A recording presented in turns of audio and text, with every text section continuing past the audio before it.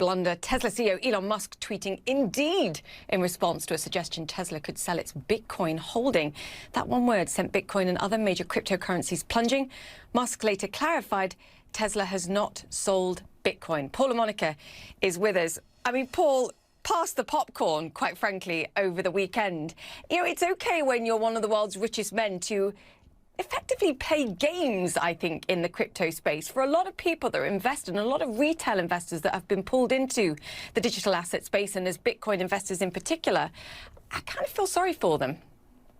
Yeah, I agree with you, Julia. It is certainly alarming that one individual has so much sway that, as you point out, a cryptic one-word tweet sends the value of Bitcoin and other cryptocurrencies plunging because, you know, people start interpreting, what did he really mean? Is Tesla getting out of Bitcoin already? And then he had to clarify and say, no, we haven't sold any of our holdings. I think that at best, what Elon Musk is doing on social media is reckless. And at worst, it's just downright irresponsible and, really shady, to put it mildly. I think that investors have to be worried that Elon Musk is so powerful. And it brings up a point that I got a research report this morning that raised an interesting concern, which is that everyone, including Elon Musk, wants cryptocurrencies and Bitcoin to be a viable form of payment and not just digital gold.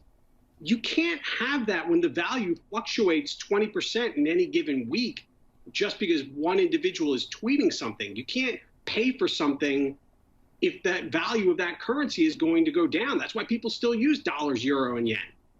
This is a great point, and that chooses a point that I alluded to on Friday, which is you have to separate the idea that this is a store of wealth, and that means holding it on the balance sheet. And Elon Musk is arguably saying that he's still doing that versus using it as a mode of exchange. I mean, he did say, and in this statement that we got on Friday, we're still looking at other cryptocurrencies that use less than 1% of Bitcoin's energy in transaction.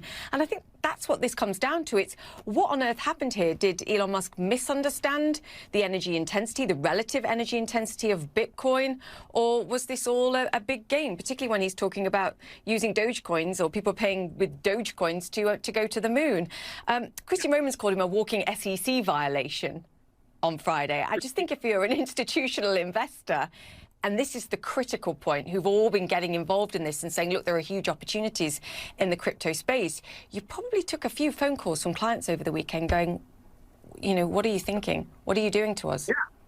Yeah, I think you have to figure that there are plenty of individuals trying to get in touch with Elon saying, could you put the phone down, maybe not tweet as much? Because Christine nailed it. That is the perfect way to describe Elon Musk right now. You got to figure that, people in Washington at the SEC must be licking their chops yet again to try and potentially go after him for some of these comments. And even if we're going to, let's take it at face value and say that Musk isn't doing anything that is from malintent, if it's still just a function of he's too impulsive on Twitter, put the freaking phone down, Elon. Just stop. I mean, this is very similar to what we had with the past president, obviously. You can't be tweeting reckless things. It's going to get you in trouble.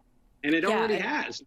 And people involved in the industry want greater regulation. They want this to be seen as a viable asset class.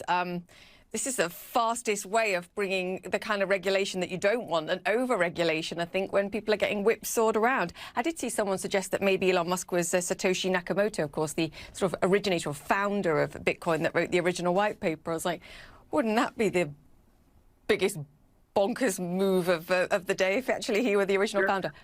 I don't believe that. I wouldn't put anything out of the realm of possibility in 2021. Yeah. Elon Musk does it again. Paul LaMonica, thank you so much for that.